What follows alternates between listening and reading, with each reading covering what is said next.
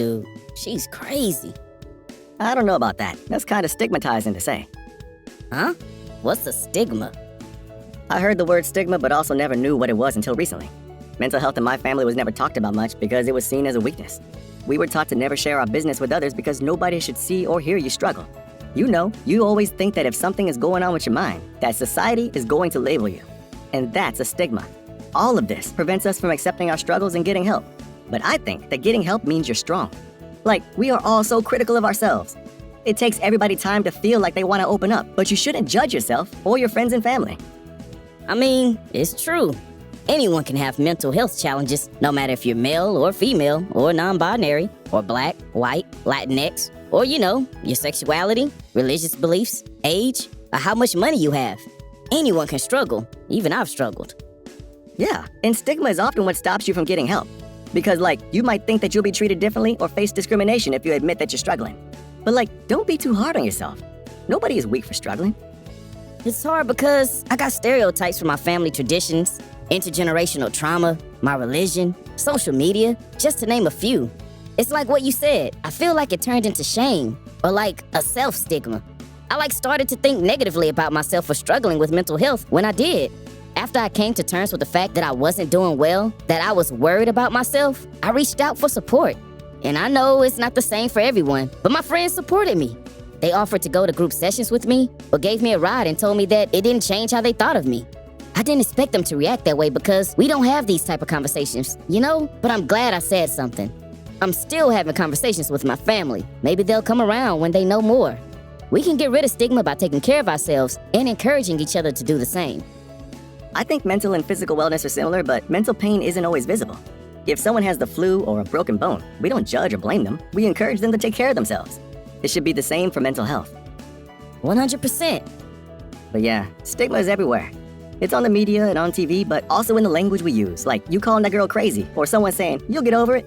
That stuff can affect people negatively. It can cause bullying, and it can make someone believe that they'll never recover, or that they're a worse person somehow, which is just not true. Getting help for your mental health doesn't define who you are or change your ability to be independent. It means that you're able to find solutions in healing. You're right.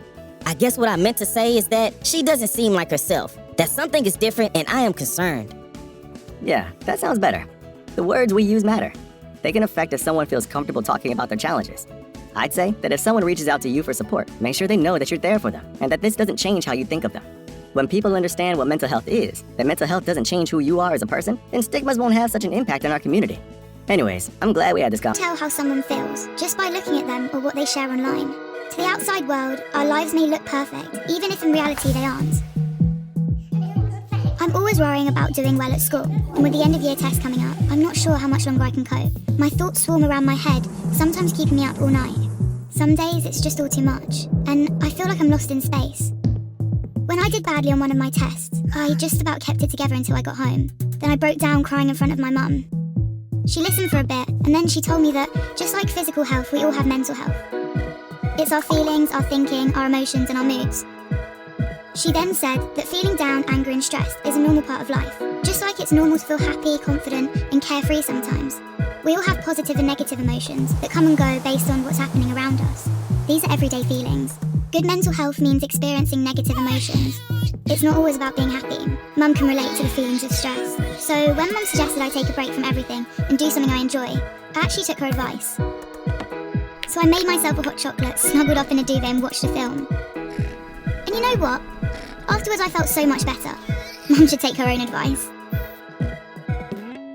Most of us only ever share the good things. We don't like to share how we really feel. Every morning when I wake up, negative thoughts stream through my head. Getting out of bed and pretending I'm okay takes all the energy I have. As the day goes on, the negative thoughts turn from a stream into a river. The water rushes through my head so loudly it's hard to concentrate in lessons. And some days it's so bad it feels like a waterfall that's trying to pull me over the edge. Everything is so overwhelming. I didn't think my friends would understand if I told them how down I was feeling. But when Sasha opened up to me about how stressed she was feeling, I told her. I wasn't sure how to bring up how I'd been feeling, so I started by saying that I didn't feel like myself. Just her listening made me feel like she understood. She told me some things that had helped her, so I tried them too, but it didn't make much of a difference. Even when I tried to be around my friends, I felt alone. The things I used to enjoy weren't fun anymore. I I was really worried about Andre and not sure what to do. He was quiet and wasn't hanging out with us like he used to. So I asked our head of year for some advice. He suggested I get Andre to speak to him since his negative feelings weren't going away. I didn't want to speak to our head of year, but I also didn't want to keep feeling so down, so I went. He said that sometimes we have overwhelming feelings that can be more intense than our everyday feelings. These feelings hang around for a long time and change the way we feel, think, and behave. They can stop us doing what we want to in life. That's what I was going through. He also said that if we're physically unwell, we let people know, we ask for help. It should be no different with mental health. Sometimes our overwhelming feelings are brought on because of things in our life. Sometimes they happen for no reason at all. After hearing this, I felt much less alone and it felt good to talk.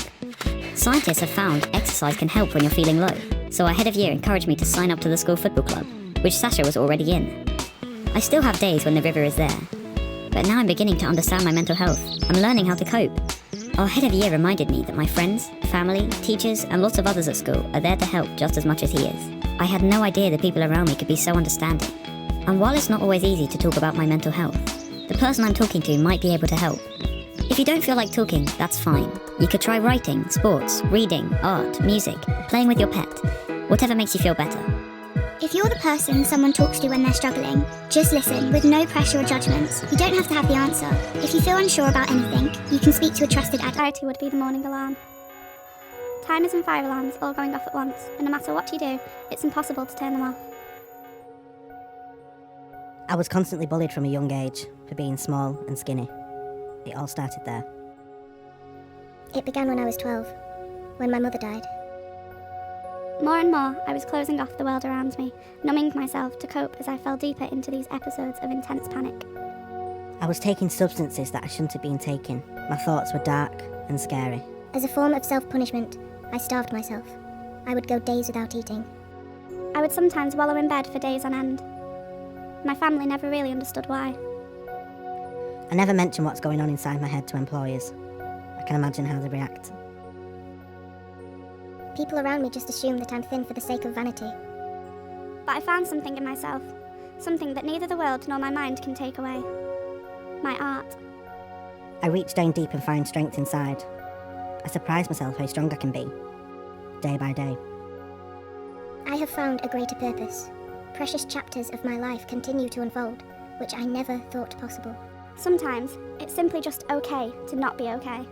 We are the authors of our own destinies. What others think of us doesn't matter. We can take back that part of ourselves and own it once again.